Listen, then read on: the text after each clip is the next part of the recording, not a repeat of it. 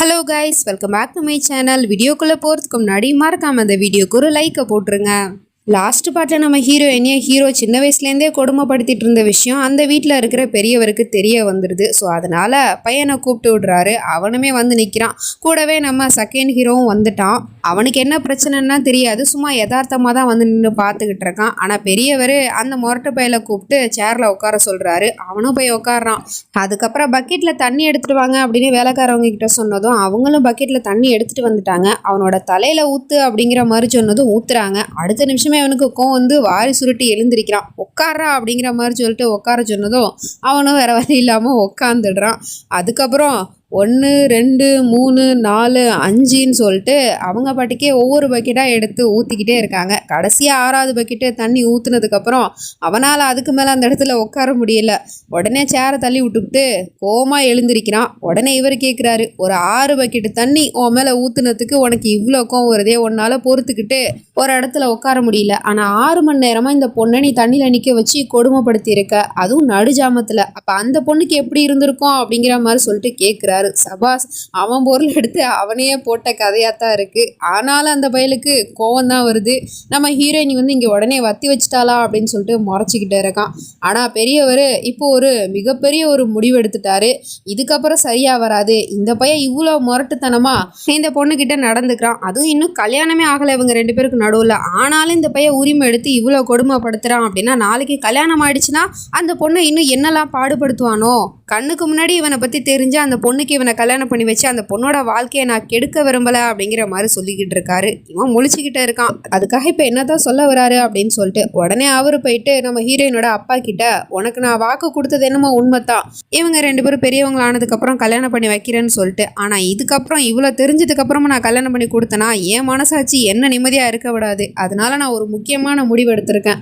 உன் பொண்ணு என் வீட்டுக்கு மருமகளாக வரத்தான் போறா, ஆனால் இவனை கல்யாணம் பண்ணிக்கிட்டு இல்லை, என் பையனை கல்யாணம் பண்ணிக்கிட்டு அப்படிங்கிற மாதிரி சொல்லிட்டு குண்டை தூக்கி போட்டுக்கிட்டு இருக்காரு. அதாவது நம்ம செகண்ட் ஹீரோக்கு இப்போ ஹீரோயினியை கல்யாணம் பண்ணி வைக்க போறதாக சொல்லிக்கிட்டு இருக்காரு. அதாவது முன்னாடி தான் தம்பி பையனுக்கு பொண்ணு கேட்டிருந்தாரு, இப்போ தான் பையனுக்கு பொண்ணு கேட்குறாரு இவர்கிட்ட. அவர் என்ன சொல்ல போறாரு, அவர் சரின்னு தான் சொல்லுவார். ஸோ இதுதான் என்னோட முடிவு அப்படிங்கிற மாதிரி சொல்லிட்டு அவர் இங்கேருந்து கிளம்பி போயிடுறாரு. நம்ம ஹீரோக்கும் ஒன்றும் புரியல, ஹீரோயினுக்கும் ஒன்றும் புரியல.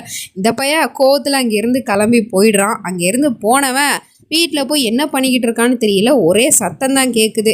அவனோட ரூம்லேருந்து அம்மாக்காரவங்க என்னப்பா சத்தம் கேட்குது அப்படின்னு சொல்லிட்டு ஓடி வந்து ரூமில் பார்க்குறாங்க. பார்த்துட்டு மறண்டு போயிடுறாங்க. ஏன்னா புள்ள தன்னைத்தானே சாட்டையால் அடிச்சுக்கிறான். உடம்பெல்லாம் அடிச்சு காயமாக இருக்குது. இதை பார்த்துட்டு அம்மாக்காரவங்க அங்கேருந்து ஓடி வந்து சாட்டையை பிடுங்கி வச்சுக்கிறாங்க. என்னப்பா பண்ணிக்கிட்டு இருக்க, எதுக்கு நீயே அடிச்சுக்கிற அப்படின்னு சொல்லிட்டு கேட்டா, நான் இன்னைக்கு பண்ண ஒரு முட்டாள்தனத்தினால தானே என்னோட வாழ்க்கையை அந்த பெரியப்பா அழிச்சிட்டாரு, இதுக்கு காரணம் நான் தானே, அதனால தான் எனக்கு தானே தண்டனை கொடுத்துக்கிறேன், நீ போ சாட்டையை கொடுத்துட்டே அப்படின்னு சொல்லிட்டு அம்மாவே தள்ளி விட்டுவிட்டு தன்னை தானே சாட்டையில அடிச்சுக்கிறான். அவங்களால இதெல்லாம் பார்க்க முடியல, பயங்கரமா அழுக வருது.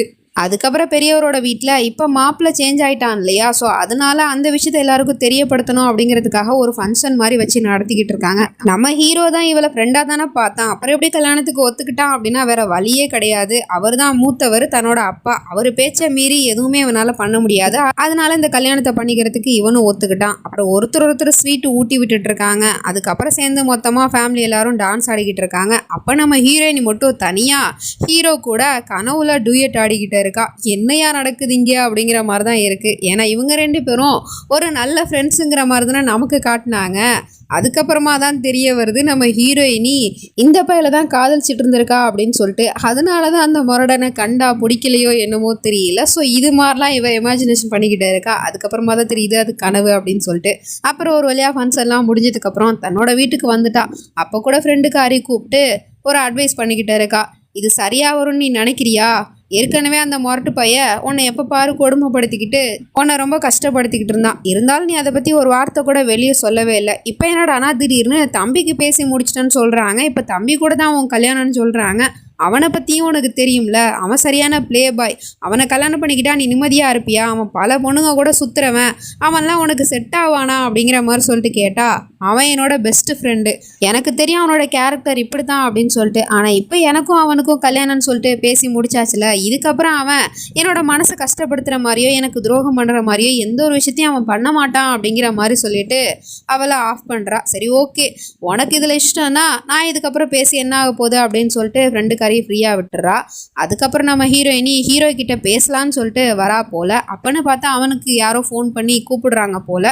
ஸோ அதனால் அவன் இங்கேருந்து கிளம்பி போயிடுறான். இந்த நேரத்தில் இவன் எங்கே போகிறான் அப்படிங்கிற மாதிரி சொல்லிட்டு நம்ம ஹீரோயினி பின்னாடியே ஃபாலோ பண்ணி போயிட்டுருக்கா. அவன் என்னடானா நேராக அடிக்கடி வந்து போகிற பொண்ணு வீட்டுக்கு தான் வந்திருக்கான். அந்த பொண்ணு தான் ஃபோன் பண்ணி இவனை கூப்பிட்டுருப்பா போல். வழக்கமாக அந்த பொண்ணு கூட ஒன்று மணி இருந்ததெல்லாம் உண்டு தான். ஆனால் இப்போ அந்த பொண்ணு கேட்குறா, என்னப்பா திடீர்னு உன் வீட்டில் கல்யாணம் பேசி முடிச்சிட்டாங்களாம்ல, இப்போ என்ன பண்ண போகிற, என்ன நீ மறந்துடுவியா, இதுக்கப்புறம் நீ என்னை தேடி வர மாட்டியா அப்படிங்கிற மாதிரிலாம் சொல்லிட்டு பேசிகிட்டு இருக்கா. அப்படிலாம் எதுவும் இல்லை அப்படிங்கிற மாதிரி சொல்லிட்டு அவன் பேசுகிறான். பட் முகத்தில் கொஞ்சம் கூட சந்தோஷமே இல்லை. அதுக்கப்புறம் அவங்க ரெண்டு பேரும் கிஸ் பண்ணலான்னு சொல்லிட்டு கிட்ட போகும்போது அப்போ கூட நம்ம ஹீரோ கண்ணுக்கு ஹீரோயினி தான் வந்துட்டு போகிறா. ஃபங்க்ஷனில் கேட்டிருப்பான், நீ வேற வழி இல்லாமலா என்ன கல்யாணம் பண்ணிக்கிற அப்படின்னு சொல்லிட்டு. அதெல்லாம் ஒன்றும் இல்லை அப்படிங்கிற மாதிரி அவளும் சொல்லியிருப்பா. ஸோ அப்படி இருக்கும் போது அவளுக்கு நம்ம துரோகம் பண்ணுறோமோ அப்படிங்கிற மாதிரி யோசிச்சுட்டு இருக்கான். இருந்தாலும் அந்த பொண்ணு விடுற மாதிரி தெரியல. அதையும் மீறி ரெண்டு பேரும் கிஸ் பண்ணலான்னு போகும்போது கரெக்ட் டைமுக்கு நம்ம ஹீரோயினி கதவை திறந்துட்டு உள்ளே வந்து என்ட்ரி ஆகிடுறா. ஸோ இவங்க ரெண்டு பேரும் இப்படி நிற்கிறத க்ளோஸாக பார்த்துட்டா. அடுத்த நிமிஷமே அவன் இங்கேருந்து அழுதுகிட்டே போயிடுறா. இதை நம்ம ஹீரோவும் பார்த்துக்கிட்டு பின்னாடியே ஓடி வந்துக்கிட்டே இருக்கான். ஒரு நிமிஷம் நில்லு அப்படிங்கிற மாதிரி சொல்லிட்டு. ஆனால் அவள் கேட்குற மாதிரி இல்லை. அங்கேருந்து ஓடி வந்து அவசரமாக ஸ்கூட்டியில் சாவியை போட்டு அங்கேருந்து போகலான்னு தான் பார்க்குறா. ஆனால் அவள் இருக்கிற அந்த பதற்றத்தில் அவளால் சாவியை கூட சரியாக போட முடியல. கரெக்ட் டைமுக்கு அங்கே நம்ம ஹீரோ வந்து சாவியை பிடுங்கிடுறான். எங்கே போயிட்டுருக்க நீ, நான் சொல்கிறது ஒரு நிமிஷம் கேட்க மாட்டியா அப்படிங்கிற மாதிரி சொல்லிட்டு. என்னத்தை கேட்கணும், அதான் எல்லாத்தையும் பார்த்துட்டனே அப்படிங்கிற மாதிரி அவள் சொல்லிக்கிட்டு இருக்கா. நீ அங்கே பார்த்தது அது எதுவும் உண்மை கிடையாது அப்படிங்கிற மாதிரி சொல்லிட்டு இருக்கான். ஆனால் இவளோ அவனோட கண்ணத்தை காமிச்சு அப்போ இது என்ன அப்படிங்கிற மாதிரி காமிச்சிக்கிட்டு இருக்கா. அவனோட கண்ணத்தில் லிப்ஸ்டிக் மார்க் இருக்குது. அவளாக தான் அந்த பொண்ணா தான் அவளுக்கு டைமாக முத்தம் கொடுத்துருப்பா. ஸோ அதோட மார்க்கு தான். இருந்தாலும் நீ தப்பாக புரிஞ்சிட்டு இருக்க அப்படிங்கிற மாதிரி சொல்லிட்டு அவன் சொல்ல வந்தாலும் இவ கேட்குற மாதிரியே இல்லை. அப்புறம் நான் எதுக்காக உங்ககிட்ட கேள்வி கேட்டுட்ருக்கேன், எனக்கு தான் உன்னை பற்றி முன்னாடியிலேருந்தே தெரியுமே, அப்போல்லாம் நான் இதை ஈஸியாக தானே எடுத்துக்கிட்டேன். இப்போ மட்டும் எனக்கு என்ன புதுசாக கோவம் வருது, ஒருவேளை உனக்கும் எனக்கும் கல்யாணம்னு சொல்லிட்டு இப்போ சொல்லிட்டாங்க இல்லையா, அதனால கூட எனக்கு கோவம் வருதோ என்னமோ தெரியல, சாரி என் மேலே தான் தப்பு அப்படிங்கிற மாதிரி சொல்லிட்டு அவன் இங்கேருந்து கோச்சிக்கிட்டு போயிடுறா. வீட்டுக்கு வந்துட்டா. இருந்தாலும் இவளுக்கு பயங்கரமாக அழுக வருது. ஏன்னா கொஞ்ச நேரத்துக்கு முன்னாடி தான் ஃப்ரெண்டுக்காரிக்கிட்ட அவ்வளோ நம்பிக்கையாக அவனை விட்டு கொடுக்காம பேசியிருப்பா. ஆனால் இப்போ கண்ணு முன்னாடி இவ்வளோ பெரிய விஷயத்த பார்த்துட்டா இல்லையா, ஸோ அதனால் அவளால் தாங்கிக்கவே முடியல. பால்கனி பக்கம் போய் நின்றுட்டுருக்கா. எதிர்த்தாப்புல நம்ம ஹீரோ வீடு தான் இல்லையா, ஸோ அதனால அவனுமே அந்த பக்கம் நின்றுக்கிட்டு பார்த்துட்டு இருக்கான். அவனை பார்த்த உடனே இவ ரூம் பக்கம் ஓடிக்கிட்டு இருக்கா. பின்னாடியே அவனும் வந்துடான். ஆனால் அதுக்குள்ளே இவ கதவை சாத்திடுறா. போனோம் ஒரு நிமிஷம் கதவை தர, உங்ககிட்ட நான் பேசணும் அப்படிங்கிற மாதிரி அவன் சொல்லிக்கிட்டு இருக்கான். ஆனால் இவ்வளோ உங்ககிட்ட பேசுறதுக்கு எனக்கு எதுவுமே இல்லை, இங்கேருந்து போ அப்படிங்கிற மாதிரி சொல்லிட்டு கத்தி விட்டுறா. ரெண்டு பேருக்கும் பயங்கர கஷ்டமா இருக்கு. அப்புறம் மறுநாள் ஆயிடுது. காலங்காத்தில் இவன் நம்ம ஹீரோயினோட ரூமுக்கு வந்து அவளை சமாதானப்படுத்தலான்னு போயிட்டு இருக்கான். அதுவும் கூடவே அவனோட அண்ணன் பையனை கூட்டிக்கிட்டு. அவன் தான், என்ன சித்தி நீங்கள் வந்து சித்தப்பா கூட பேச மாட்டீங்களாமே, இப்படிலாம் சண்டை போட்டுக்காதீங்க அப்படிங்கிற மாதிரி சொல்லிட்டு அவன் இங்கேருந்து கிளம்பி போய்ட்றான். அதுக்கப்புறம் இவன் கையை விளக்கலான்னு பார்த்தா முடியலை. இந்த பையன் பிடிச்சிக்கிட்டு விடவே மாட்டேங்கிறான். அப்போ கால் ஸ்லிப் ஆகி அவன் மேலே போய் விழுந்துடுறா. அதுக்கப்புறம் இங்கேருந்து போகலான்னு பார்த்தா இவன் விட மாட்டேங்கிறான். ஏன்னா நான் சொல்கிறத நீ கேட்கவே மாட்டியா, ஒரு நிமிஷம் நான் என்ன சொல்ல வரேன்னு கேட்கலாம்ல அப்படிங்கிற மாதிரி சொன்னால் எனக்கு எதையும் கேட்க விரும்பலை, நான் கண்ணால் பார்த்தது தான் உண்மை, இப்போ பார்க்குறது தான் உண்மை அப்படிங்கிற மாதிரி சொல்லிட்டு அந்த பக்கம் பார்த்து பேசிக்கிட்டு இருக்கா. எங்கே பார்க்குறா இவ அப்படின்னு சொல்லிட்டு பார்த்தா நேற்று நைட்டு ஒரு பொண்ணு கூட இவன் இருந்தான் இல்லையா, அந்த பொண்ணு தான் இப்போ இங்கே வந்து நிற்கிறா. அவளை பார்த்துட்டு தான் இவன் பேசிகிட்டு இருக்கா. ஆனாலும் அவன் என்னை நீ தப்பாக புரிஞ்சு வச்சிருக்க அப்படிங்கும் போது இதுக்கப்புறம் உனக்கு நான் விளக்கம் கொடுத்து எந்த ஒரு பிரயோஜனம் இல்லை அப்படிங்கிற மாதிரி சொல்லிட்டு அவன் இங்கேருந்து கிளம்பி போயிடுறான். அதுக்கப்புறம் அந்த பொண்ணு வந்து சொல்லிக்கிட்டு இருக்கா, நீங்கள் நேற்று நைட்டு அங்கே பார்த்தது எதுவுமே உண்மை இல்லை அப்படிங்கிற மாதிரி சொல்லிட்டு.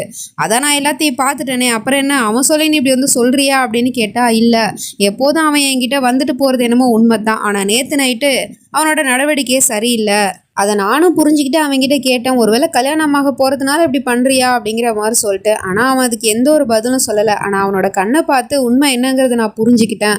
ஒன்று அவன் கல்யாணம் பண்ணிக்க போகிறதுனால உனக்கு உண்மையாக இருக்கணும்னு அவன் ஆசைப்பட்டிருக்கான். அதனால தான் என்கிட்ட அவன் அந்த மாதிரி எண்ணத்தில் அவன் வரல. நீ கேட்கலாம், அப்புறம் எதுக்காக நேற்று என் வீட்டுக்கு வந்தான் அப்படின்னு சொல்லிட்டு. நான் ஃபோன் பண்ணி கூப்பிட்டதுனால தான் அவன் அங்கே வந்தானே தவிர மற்றபடி அவனா ஒன்றும் வரல அப்படிங்கிற அந்த உண்மையை சொல்கிறா. இந்த விஷயத்த கேட்ட உடனே இவளுக்கு பயங்கர கில்ட்டியாக இருக்குது. உடனே அவன்கிட்ட போய் பேசலான்னு போகிறா. ஆனால் அவன் அதுக்குள்ளே பைக் எடுத்துகிட்டு கிளம்ப போகிறான் போல். இவ உடனே கால் பண்ணுறா அவன்கிட்ட சாரி சொல்லான்னு. ஆனாலும் அவன் ஃபோன் பண்ணுறது தெரியுது. இருந்தாலும் அவன் காலை கட் பண்ணி விட்டு அங்கேருந்து கிளம்பி போயிடுறான். இவளுக்கு தான் ரொம்ப கஷ்டமாக இருக்குது. இப்படி தப்பாக நினச்சிட்டோமே, அவனோட மனசை நோகடிக்கிற மாதிரி நம்ம நிறைய பேசிட்டோமே அப்படிங்கிற மாதிரி சொல்லிட்டு ஃபீல் பண்ணிக்கிட்டு இருக்கா. ஸோ இதுக்கப்புறம் என்ன நடக்க போகுது அப்படிங்கிறதெல்லாம் நம்ம நெக்ஸ்ட் பார்ட்டில் தான் பார்த்து தெரிஞ்சுக்கணும். அது வரைக்கும் பை ஃப்ரெண்ட்ஸ்.